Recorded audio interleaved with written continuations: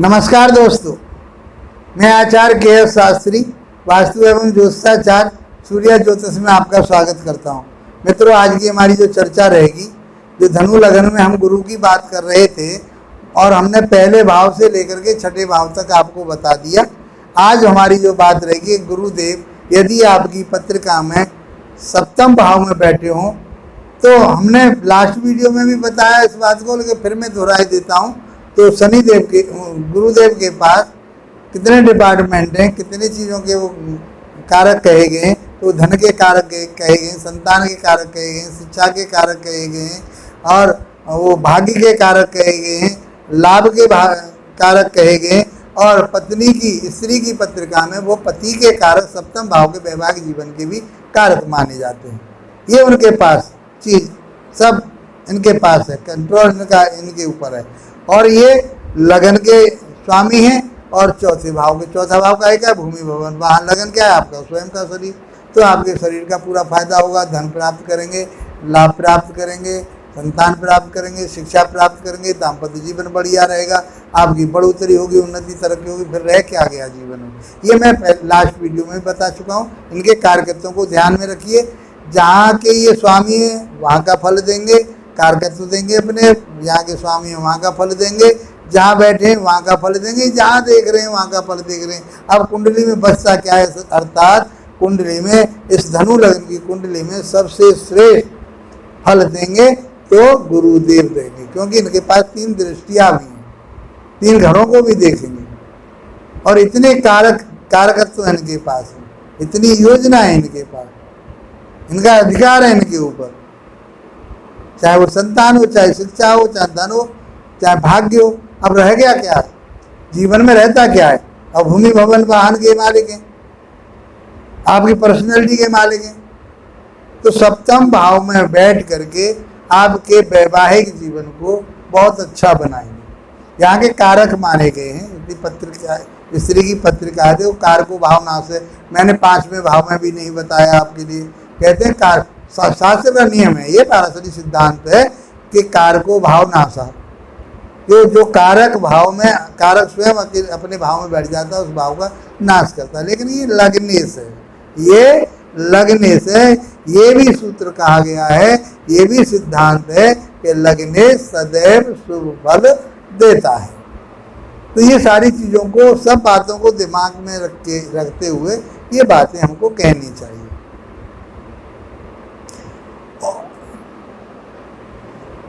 बहुत सारी बातें ऐसी हैं जो अपने तर्क पर की जाती हैं। गुरु के बारे में एक बात और कही है, स्थान हानि करो जीवा, स्थान हानि करो जीवा पाप प्रभावे। गुरु के ऊपर पाप प्रभाव हो, जिस स्थान में बैठता है उसकी हानि करता है। ये किस संदर्भ में कहा है वो आपको सोचना पड़ेगा, समझना पड़ेगा, क्योंकि हम इन सारी चीज़ों को 100 वीडियो तक बता चुके हैं। मित्रों, आप पहली बार हमारे इस पर जुड़े हैं तो आप ज्योतिष सीखना चाहते हैं बहुत आसान तरीके से, मैंने इसमें बताया है। 100 वीडियो आपने देखनी तो अच्छे ज्योतिषी बन जाएंगे। शास्त्रों के अनुसार जो मैंने आपके लिए उसमें दिया है, आप कहीं भ्रमित नहीं होंगे। कोई आपको उसमें उलझुल में पढ़ने की ज़रूरत नहीं होगी। मैंने एक एक पॉइंट को लेकर के चला हूँ। जैसे आप 100 वीडियो देख लेते हैं, अच्छे ज्योतिषी बन जाएंगे। उसका लाभ उठाइए, मत ज्योतिषी बनिए, लेकिन अपने जीवन में, अपने ऊपर, अपने बच्चों के देख तो सकते हैं आपके मेरे कौन सी दशा आ रही है, ये इस समय गोचर कहाँ कर रहा है ग्रह, जिसकी दशा चल रही है, ये अच्छा है लगन के अनुसार, बुरा है, कैसा है, इसलिए क्रूर ग्रह नैसर्गिक रूप से क्रूर है या शुभ है। ये बहुत सारी चीज़ों को आप जब देखोगे तो अपने आप अपने बच्चों की भी पत्रिका के किसी के पास जाने की ज़रूरत नहीं है आपको, और कोई झाड़ फूक और ये जादू टोना में फंसने की भी ज़रूरत नहीं है। आप ये समझ जाओगे कि ये एक बहुत अच्छा विषय है जो वैज्ञानिक तरीके पे होता है। ये सौर मंडल की बात हो रही है। मैं ज़्यादा बात ना कहते हुए, उस वीडियो फिर बहुत लंबी हो जाती है। आप इसकी तरफ आइए। 7वें भाव में बैठा हुआ है तो आपकी पत्नी बहुत अच्छी होगी, आपका दाम्पत्य जीवन बहुत बढ़िया होगा, आप पार्टनरशिप बहुत बढ़िया चलाएंगे। आप दैनिक व्यापार जो भी कर रहे हैं, चाहे आप एक वाचक हैं, कोई अच्छे कथावाचक हैं, आप कोई कुछ भी काम कर रहे हैं धर्म कर्म से जुड़ा हुआ, वो आपका वहाँ पर आपके लिए बहुत अच्छा फल प्राप्त होगा। यहाँ से बैठ करके वो आपके बढ़ोतरी के घर को 11वें भाव को देखेंगे, आपकी उन्नति होगी, तरक्की होगी और कई माध्यमों से आप धन प्राप्त करने आपको धन प्राप्त होगा। कई योजनाओं के माध्यम से, कई जो क्षेत्र हैं आपको उनके माध्यम से आपको धन प्राप्त होगा। आपका व्यक्तित्व बहुत अच्छा, 7वीं दृष्टि आपके व्यक्तित्व पे जाएगी तो आपका व्यक्तित्व बहुत रहेगा, गंभीर होंगे आप, समाज में पूजनीय होंगे, आपका अलग ही स्थान होगा।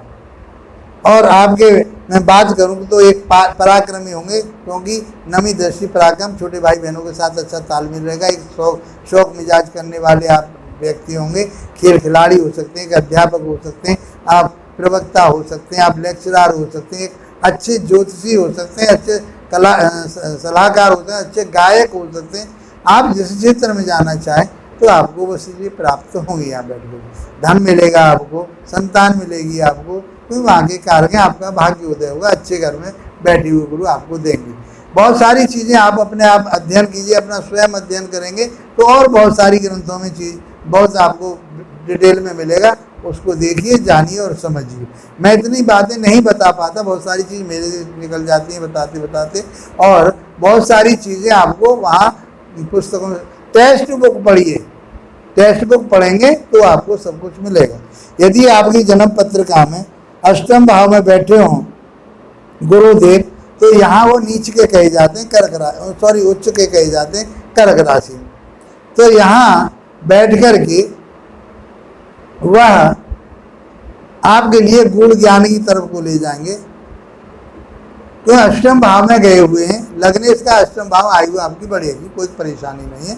और आप आध्यात्मिक से, आप धर्म से, आप गुण ज्ञान से, आप किसी शोध से जुड़ेंगे, आपको लाभ प्राप्त होगा। लेकिन क्यों 6वां भाव, 8वां भाव, 12वां भाव आपको गुण ज्ञानों की तरफ ले जाता है। कुछ लंबी सरदर्दी पैदा, कोई बीमारी ना हो, उसका विशेष ध्यान आपको रखना पड़ेगा। लीवर पे कोई इफेक्ट ना आ जाए आपके पे, पैनक्रियाज पे इफेक्ट ना आ जाए आपके पे, शरीर का भारीपन ना हो जाए आपका। ये सारी चीज़ों को ऐसे भोजन ना करें ताकि आपका शरीर भारी हो। आप विदेश के माध्यम से धन कमा सकते हैं और आप अपना धन जो है कहीं न कहीं धार्मिक चीज़ों पर खर्च भी कर सकते हैं, क्योंकि वो खर्चे का व्यय का भी है। विदेश में जा सकते हैं, वहाँ आप उन्नति तरक्की कर सकते हैं, लेकिन वहाँ पर भी धन आपका खर्च हो सकता है।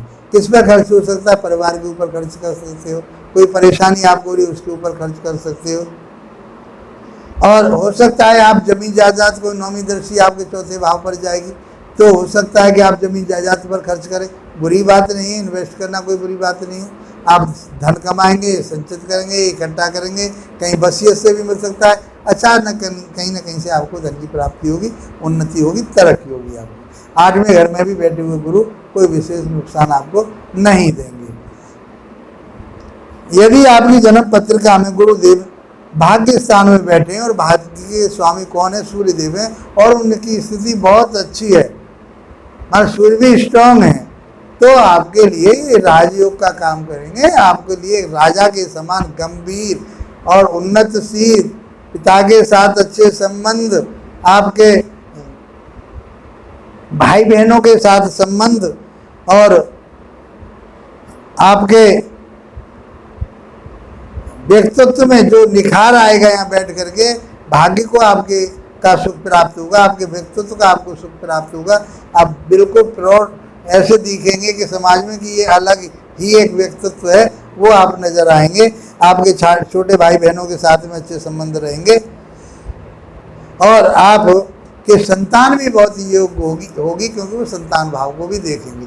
यहाँ बैठे हुए गुरु जैसे पंचम में बैठ करके आपके लिए सब कुछ दे रहे थे, यहाँ बैठ करके भी गुरुदेव आपके जीवन में सब कुछ देने वाले हैं, बशर्ते उनके ऊपर कोई बुरा प्रभाव ना हो, पाप कर्तरी में ना हो, नीच के ना हो, कोई बुरे प्रभाव, कोई बुरे ग्रह उनको देख ना रहे हो, तो उसमें कुछ कमजोरी आ जाती है। लेकिन फल तो वो फिर भी करेंगे ही करेंगे। अंत तो गत्वा आपके लिए वो फल दे के जाएंगे, अच्छे फल दे के जाएंगे। धर्म कर्म से जुड़ाएंगे, आप धार्मिक यात्राएं करेंगे, आप धर्म से संबंधित जो भी आप किसी मंदिर से जुड़ेंगे, किसी जो सिद्धपीठ मंदिर जगह है वहाँ से आप जुड़ेंगे, आप आगे बढ़ेंगे, कोई धर्म का काम भी होगा उसमें आप बढ़ चढ़ के भाग लेंगे। इस प्रकार से नवम भाव में बैठ करके आपके भाग्य को, आपके भाई बहनों को, आपके नौकर चाकरों को, आपके हिम्मत और पराक्रम को, आपके व्यक्तित्व को, आपके लाभ स्थान को और आपके संतान शिक्षा विवेक यार उच्च शिक्षा की तरफ को, उच्च ज्ञान की तरफ को आपको यहाँ बैठ करके गुरु ले जाएंगे। बहुत कुछ मिलेगा आपके लिए यदि आप स्वयं अध्ययन करेंगे तो। गुरु का रिजल्ट बहुत अच्छा और बहुत धनु लगन के, क्योंकि वहाँ के स्वामी हैं। अभी यदि आपकी जन्म पत्रिका में गुरुदेव 10वें भाव में बैठे हों तो यहाँ बैठ करके आपको धर्म से जोड़ेंगे। आप यहाँ अच्छे वकील हो सकते हैं, आप अच्छे मजिस्ट्रेट हो सकते हैं, आप अच्छे टीचर हो सकते हैं, अध्यापक हो सकते हैं, आप अच्छे प्रोफेसर हो सकते हैं, एजुकेशन में अच्छे ऑफिसर बन सकते हैं। उन कर्मों के आधार पर उस काम को जो आप एक नैतिकता के आधार पर जो काम करेंगे, आप एक धार्मिक जो काम करेंगे, आप धार्मिक का अर्थ है जो आप जीवन में आदमी के लिए आगे की तरफ ले जाता है। कर्म तो सब तरह के होते हैं, लेकिन ये कर्म आपके लिए वो कर्म होंगे जो एक सांसारिक सिद्धांतों पर, सांसारिक बढ़ोतरी के मार्ग पर ले जाने वाले होते हैं। और आप कोई कथावाचक हो सकते हैं, अध्यापक हो सकते हैं, प्रवक्ता हो सकते हैं, आप कोई मजिस्ट्रेट हो सकते हैं, सलाहकारी हो सकते हैं, आप ज्योतिषी हो सकते हैं। इन सब चीज़ों में आपको लाभ प्राप्त होगा, आपकी उन्नति तरक्की होगी, आप धन प्राप्त करेंगे, भाई बहनों आपके परिवार को आप बढ़ाने वाले होंगे, आपका परिवार आगे बढ़ेगा और धन इकट्ठा करने वाले होंगे। वाणी बहुत गंभीर होगी। 7वीं दृष्टि कहाँ जाएगी? माता के घर पर जाएगी, परिवार उस पर भूमि भवन वाहन पर जाएगी, तो आप भूमि भवन वाहन बहुत आसानी से प्राप्त कर लेंगे और आपको एक स्थान प्राप्त होगा। आप किसी भी संस्था के, किसी गांव के मुखिया प्रधान ये भी आप हो सकते हैं। 6ठे भाव पर जाएगी तो 6ठे भाव को भी आप अपने कंट्रोल में रखेंगे। कर्जा यदि आपने ले भी लिया तो आराम से कर्जा उतर जाएगा, कोई परेशानी नहीं। शत्रुता को आप अपने को विवेक से, अपने ज्ञान से, अपने उस प्रभाव से उनको दबा करके रखेंगे। आपका कोई शत्रु कुछ बिगाड़ नहीं सकते, शत्रु आप पर हावी नहीं होंगे। यदि आपकी जन्म पत्रिका में 11वें भाव में बैठे हों गुरुदेव, तो 11वां भाव आपकी बढ़ोतरी का, उन्नति का। आप प्रमोशन लेना चाह रहे थे, आपका प्रमोशन रुका हुआ पड़ा था और आपके 11वें भाव में गुरु बैठे हुए हैं, तो उनकी दशा अंतर दशा आ गई है, प्रत्यंतर दशा आ गई है, तो समझ लीजिए आपका प्रमोशन होगा। आप अच्छे राजनीति क्षेत्र में जा सकते हैं, आप अपनी उन्नति तरक्की वहाँ से आप कर सकते हैं। यहाँ से बैठ कर के गुरुदेव आपके भाई परिवार को देखेंगे, आपके छोटे भाई बहनों को देखेंगे, आपके पराक्रम को देखेंगे, तो पराक्रम, हिम्मत, परिश्रम आपको करना पड़ेगा। आपके नौकर चाकर आपका साथ देने वाले होंगे, भाई बहन आपका साथ देने वाले होंगे, आपका सब तरह से एक मनोबल बना रहेगा। 7वीं दृष्टि से आपके जो संतान भाव को देखेंगे तो आपकी संतान भी बहुत योग्य होगी। आप भी खुद उच्च शिक्षा को प्राप्त करके उन्नति तरक्की करने वाले होंगे। आप कहीं शेयर मार्केट में धर्म से संबंधित किसी चीज़ों पर यदि आप अपना इन्वेस्टमेंट करना चाहते हैं तो उसमें लाभ आपको मिलेगा, बशर्ते उसकी दशा अंतर्दशा आनी चाहिए। प्रत्यंतर दशा तक आप आराम से देख सकते हैं। और यहाँ से बैठ करके आपका दाम्पत्य जीवन भी बहुत बढ़िया रहेगा। पत्नी आपका साथ देने वाली होंगी। हाँ, हो सकता है कि आपकी पत्नी भी किसी क्षेत्र में नौकरी करने वाली हो, आपके लिए उनसे भी लाभ प्राप्त होगा ही होगा। यदि आपकी जन्म पत्रिका में 12वें घर में गुरुदेव बैठे हैं तो यहाँ कुछ चीज़ों के लिए फायदेमंद और कुछ चीज़ के लिए हानिकारक, क्योंकि लग्नेश का अपने से 12वें भाव में जाना, डिग्रियों का भी हमें ध्यान रखना पड़ेगा। 12वें भाव में जाना तो कहीं शरीर के लिए, आपकी मान मर्यादा के लिए, आपके जो व्यक्तित्व है उसके लिए कहीं कमजोरी दर्शाता है। लेकिन आप विदेश में जाकर अपनी वाणी के माध्यम से, अपने व्यक्तित्व के माध्यम से आप बहुत कुछ वहां जाकर के उन्नति तरक्की कर सकते हैं, लाभ प्राप्त होगा। आपको भूमि भवन वाहन प्राप्त होगा। तो 12वां घर काय का कहा गया? खर्चे का कहा गया। सैया सुख का कहा गया है, तो सैया सुख आपको प्राप्त होगा। पति पत्नी का जो सुख है वो आपको प्राप्त होगा, आनंदमय जीवन रहेगा, कोई परेशानी। मोक्ष आपको प्राप्त होगा। 12वें घर में गुरु का जाना मोक्ष की तरफ को ले जाता है, आध्यात्म की तरफ, धर्म की तरफ को ले जाता है, कोई परेशानी। 6, 8 और 12वें भाव में यदि गुरुदेव बैठे तो आपको मोक्ष की तरफ ले जा रहे हैं। अच्छे आप मतलब किसी ऐसी पीड़ा में आप प्राणांत नहीं होगा कि जो आपको कहीं परेशानी महसूस हो, क्योंकि 6, 8वें और 12वें भाव को ये मोक्ष का ही स्थान माना गया है। 12वें भाव में बैठ करके आपको मोक्ष की तरफ को गुरुदेव ले जाएंगे और आपका नाम भी रोशन होगा, आपकी उन्नति तरक्की होगी। आप भूमि भवन वाहन पर आप खर्च कर सकते हैं, माता के ऊपर खर्च कर सकते हैं। आप किसी शत्रुता के प्रपंच में ना फंसे